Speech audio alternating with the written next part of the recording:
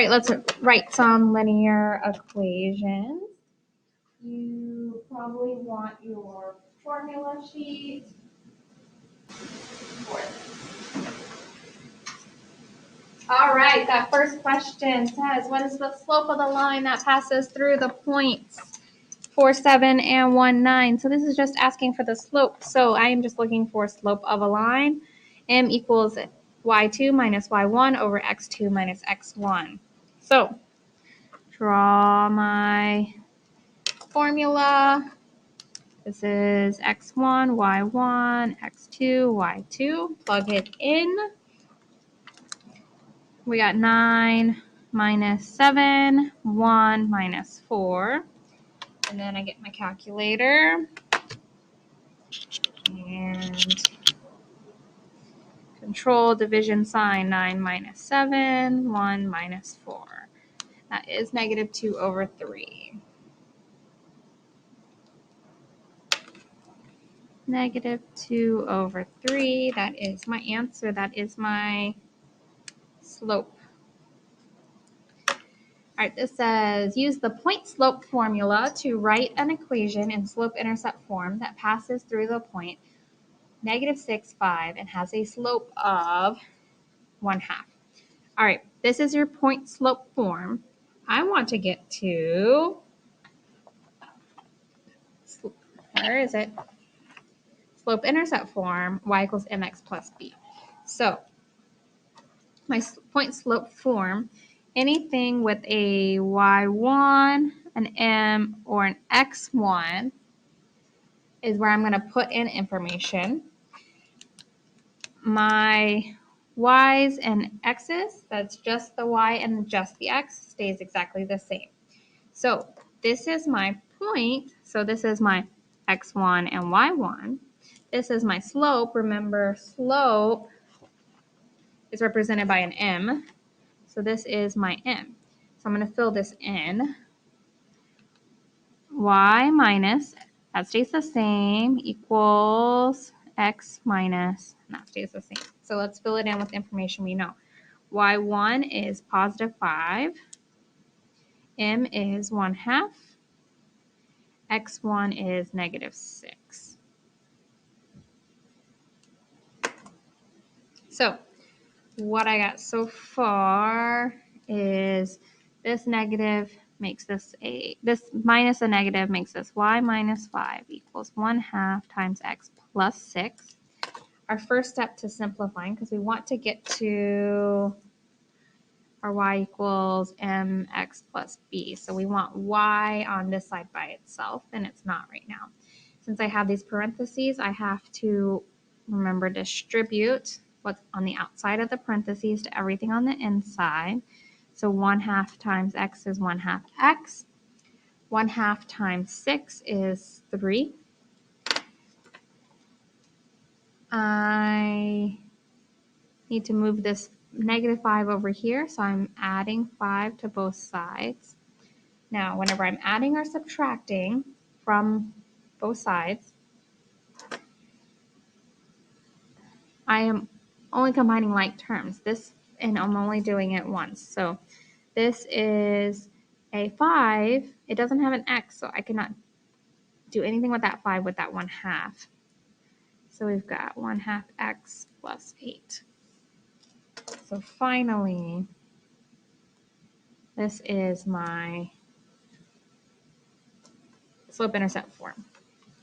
All right, which equation in point slope form has a graph that is a slope of 3 and passes through this point?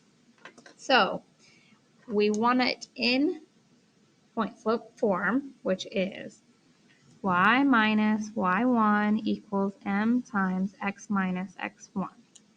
Okay, so my m is my slope. This is my m.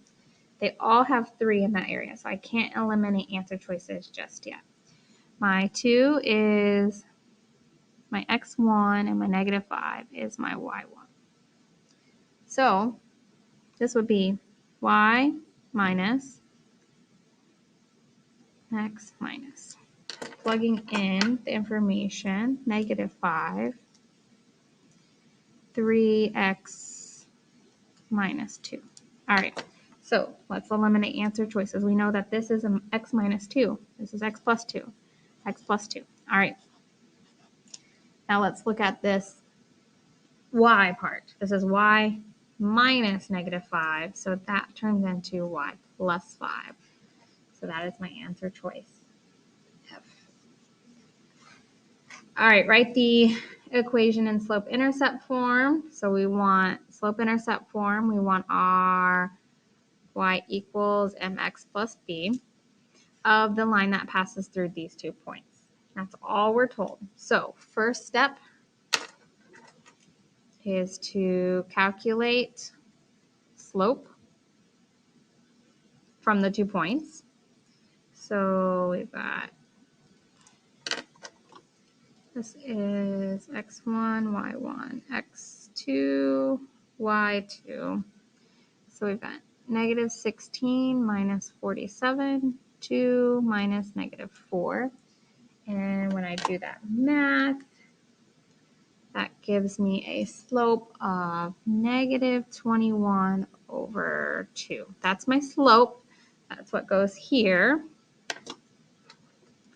So let me write. This will be my final answer down here. -21 to x. Okay. So -21 over 2x, that's an answer. That one's not. That one's a possibility, and this one's not. So now we have to figure out what our b is by using this point slope form. So use point slope for b. So we've got y minus equals x minus. Let's just use this point. So y minus 47. We got a b of -21, 2, and we've got -4 here. So we know that this is y minus 41 equals -21, 2 times x plus 4, because that's minus a -4. And then my next step, what did I do here? I distributed this. We got y minus 41 equals -21 to x. And when I distribute that, I get minus 42. My final step is to move this on the other side. 42. 41, that's a 7. Oh my goodness, guys. 7. That's a 7. 7. When I add 7, that's 47. Where we got y equals -21 to x plus 5. So this goes here. This is my final equation, and it's C. All right. Vanessa has $200 in her savings account and just received $30 for her birthday. She intends to spend all of the money on coffee. She spends $3.50 on coffee every day. Which equation best represents can be used to find the amount of money she has left after X number of days? So how much money are we starting with? If we add those, then we got 230. So we can eliminate B and C because they have just 200. And then we've got 350 per day. So that's obviously going to be 3.5 times X, because X represents number of days. Now we just have to figure out, are we adding or subtracting? Well, we're spending the money, so we can't be adding it. So it has to be subtracting.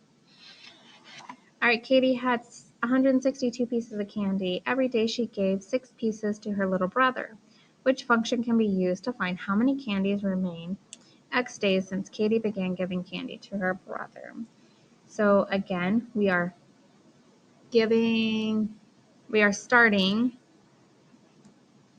with 162 candies. So that's going to be a positive number. She gave 6. That means that she's going to subtract 6 pieces to her little brother every day. So when we look at this, If we would distribute this, then that number wouldn't be 162 anymore. So any of them that look like that, we can eliminate. Then we're looking at the difference between these two. We know 6 per day. Since we're giving them away, that's a negative. And then since we're starting, we wouldn't start with a negative number of candies. So it's B.